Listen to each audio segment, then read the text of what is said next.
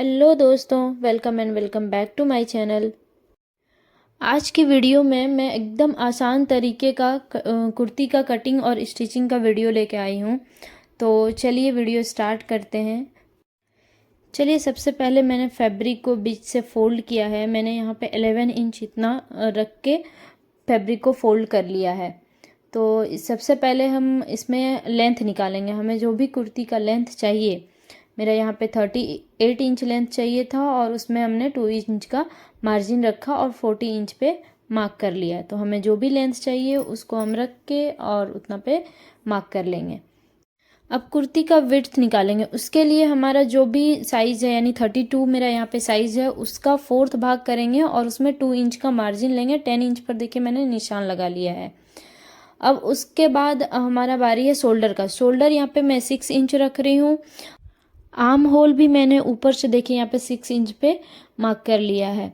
तो arm hole भी मैंने यहाँ पे 6 इंच रखा है। अब दोनों को मिलाते हुए हम लाइन को ड्रॉ कर लेंगे। आर्म होल का 6 इंच और हमारा जो शोल्डर का 6 इंच था, बस दोनों को मिला के लाइन को ड्रॉ कर लेंगे। उसके बाद यहाँ पे हम आर्म होल का शेप दे देंगे। कुर्ती का जो है, सबसे पहले मैं बैक भाग को ड्रॉ कर रही हूँ। तो बैक के लिए आर्म होल को हम थोड़ा सा देखिए डीप ना करके थोड़ा सा ऊपर ही रखेंगे। तो इस तरीके से मैंने देखिए आर्म होल को ड्रॉ कर लिया है। चलिए, अब हम बैक साइड का नेक को ड्रॉ करेंगे। मैंने यहाँ पे नेक ज़्यादा डीप नहीं रखा है, 3 इंच का ही डीप रखा है। तो 3 इंच का डीप लिया और 2.5 इंच का चौड़ाई पर निशान लगा के और उसको राउंड कर दिया। बैक नेक को ड्रॉ करने के बाद अब बारी आती है हमारा कमर के पॉइंट के लिए हम अब निशान लगाएंगे। तो मैंने यहाँ पे 13 इंच का लिया है, तो आप अपने अकॉर्डिंग मार्क करके ले सकते हैं। 14-15 जाता है मैक्स टू मैक्स। तो मैंने देखिए 13 इंच पे निशान लगाया।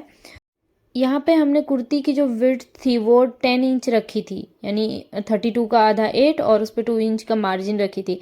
बट कमर के निशान पे हम 1 इंच कम कर देंगे और फिर उसको क्रॉस में लाइन ड्रॉ कर लेंगे।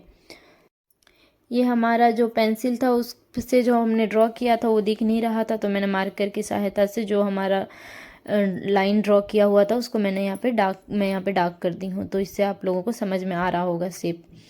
अब इसके बाद आती है कमर के पास जो हमारा कट्स लगता है उस पॉइंट को निकालने का।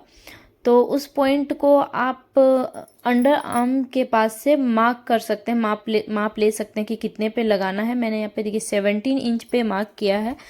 किसी को ऊपर रखना पसंद है, किसी को ज़्यादा डाउन रखना पसंद है, तो आप अपने अकॉर्डिंग उसको मार्क करके और फिर वहाँ पे निशान लगा लीजिए। फिर यहाँ पे जो हमारा जो 10 इंच था ना, उसमें 1 इंच और एक्स्ट्रा हम ऐड करेंगे और फिर जो हमने ऊपर में कमर का पॉइंट निकाला था उन दोनों को निशान मतलब क्रॉस में निशान लगा लेंगे।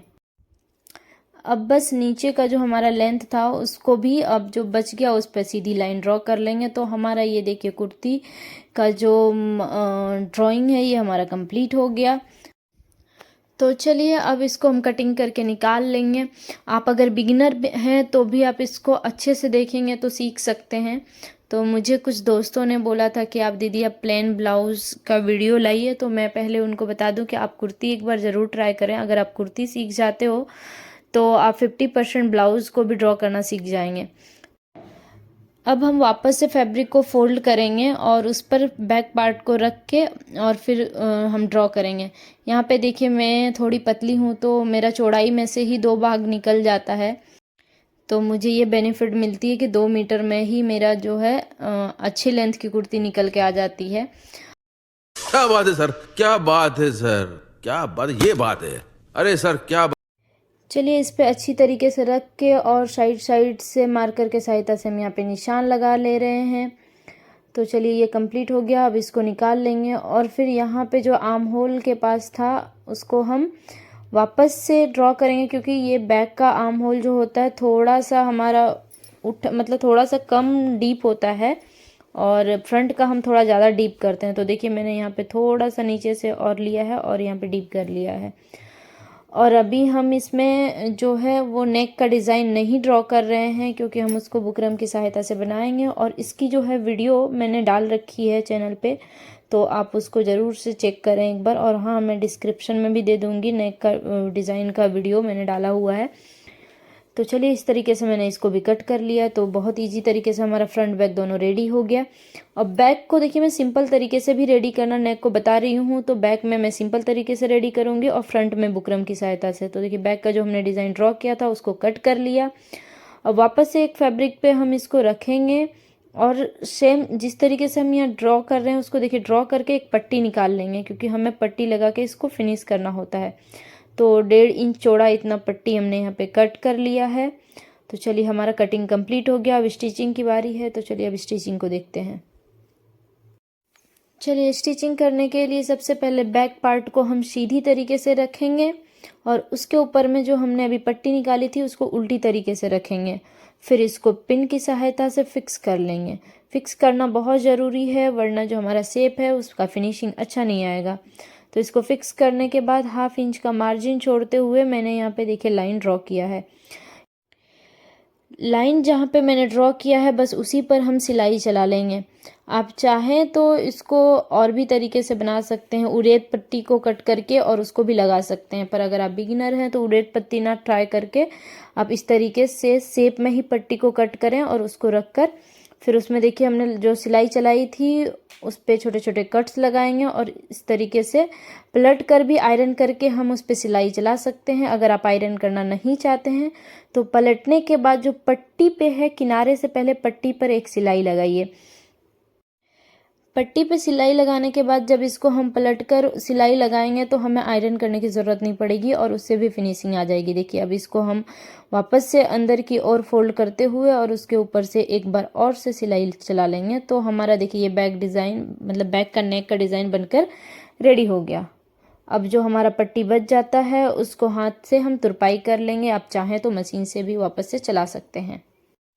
अब फ्रंट और बैक दोनों पार्ट को साथ में स्टिच करना है, यानी शोल्डर को जॉइंट करना है। तो उसके लिए हम बैक पार्ट को सीधा रखेंगे और उसके ऊपर में फ्रंट पार्ट को उल्टा रख के और ऊपर में शोल्डर पे हम स्टिच लगा लेंगे।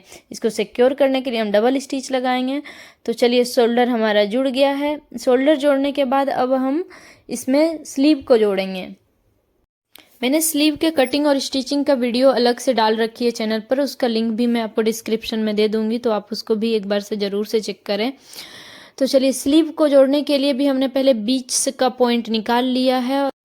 स्लीव का बीच का पॉइंट और जो हमारा फ्रंट और बैक पार्ट का जो जॉइंट था उसको हम एक जगह रखेंगे और पिन की सहायता से उसको पहले फिक्स कर लेंगे और फिर सिलाई हम चलाएंगे। स्लीव को जोड़ते वक्त हम ये ध्यान रखेंगे कि स्लीव हमें उल्टा रखना है और कुर्ती का जो मेन पार्ट है उसको सीधा रखना है और उसके ऊपर में स्लीव हम उल्टा करके रखेंगे। बीच से सिलाई लगाने से हमारा ये होगा कि स्लीव हमारा जो है वो परफेक्ट तरीके से जुड़ जाती है। देखिए स्लीव भी अब हमारा अटैच हो गया। स्लीव अटैच करने के बाद अब हम इसमें कुर्ती को फिनिशिंग के लिए हम सिलाई लगाएंगे। उसके लिए हम क्या करेंगे, जो हमारा स्लीव है वहाँ से सिलाई लगाते हुए हमें कमर पॉइंट तक सिलाई लगाते हुए जाना है। कटिंग करते वक्त हमने जो 1 इंच का मार्जिन छोड़ा था उस 1 इंच का मार्जिन को छोड़ते हुए हम एक सिलाई लगा लेंगे। चलिए जब तक मैं सिलाई लगाती हूँ तब तक आप लोगों को कुर्ती का एक सीक्रेट बात बताती हूँ। मैं जब स्टिचिंग सीख रही थी तब मैंने ये सस्ते में ये फैब्रिक लिया था, कुछ 30 रुपीज़ मीटर, तो 2 मीटर का फैब्रिक था। तो इस तरीके से हमने इस कुर्ती को मैक्स टू मैक्स 70 रुपीज़ में रेडी किया है। Wow wow. चलिए अब दोनों साइड से मैंने एक बार सिलाई लगा लिया है। अब वापस से सिलाई लगाएंगे और वापस से सिलाई लगाते वक्त हमें जो कमर पे जो पॉइंट है ना जहाँ से हमें कटिंग निकालना है उस पॉइंट को पहले हम निशान लगा लेंगे, फिर वहाँ तक हमें सिलाई लगाते हुए जाना है। चलिए वापस से स्लीव के पास से हम स्टिच करना स्टार्ट करेंगे और स्टिच करते हुए उस पॉइंट तक जाएंगे और वहाँ से हम फैब्रिक को वापस से फोल्ड करेंगे, यानी कुर्ती को वापस से फोल्ड करके वहाँ पे हम एक पॉइंट रेडी करेंगे इस तरीके से। तो दूसरी साइड भी हम देखिए सेम तरीके से करते हैं, ऊपर से सिलाई लगाते हुए जाएंगे और उस पॉइंट पे जाके पूरे कुर्ती को वापस से फोल्ड कर लेंगे और थोड़ी दूर तक सिलाई लगा लेंगे। तो इस तरीके से हमारा कटिंग पॉइंट रेडी हो जाएगा। अब हमारा बस बच गया है साइड से सिलाई लगाना और नीचे से सिलाई लगाना। तो साइड पे जो है सिलाई लगाने के लिए आप आयरन से पहले सेट कर लीजिए तो काफ़ी आसान हो जाता है। कमर के पास पॉइंट निकालने वक्त देखिए थोड़ा सा ध्यान रखना है, वहाँ तक सिलाई को लेके जाना है। फिर यूँ 90 डिग्री में हम टर्न करेंगे और वापस से सिलाई लगाएंगे एक बार, और फिर वापस से 90 डिग्री टर्न करके और फिर नीचे तक सिलाई लगाते हुए हम आ जाएंगे। अगर इसको हम आयरन से पहले सेट करके रखेंगे ना तो ये करना बहुत ही ईजी हो जाता है, और इससे हमारा जो साइड में है और वो उसमें क्रीज भी नहीं पड़ती है। तो बस अब हो गया हमारा कुर्ती रेडी। नीचे से भी हम एक बार फोल्ड करके सिलाई लगा लेंगे दोनों साइड में। तो इस तरीके से ये हमारा कुर्ती बनकर रेडी हो गया। तो आप लोग ज़रूर बताएं कमेंट में कैसी लगी आप लोगों को ये वीडियो, और हाँ अपने दोस्तों के साथ में भी शेयर करें। तो चलिए आज के लिए इतना ही। Bye bye, take care, have a good day, thank you for watching.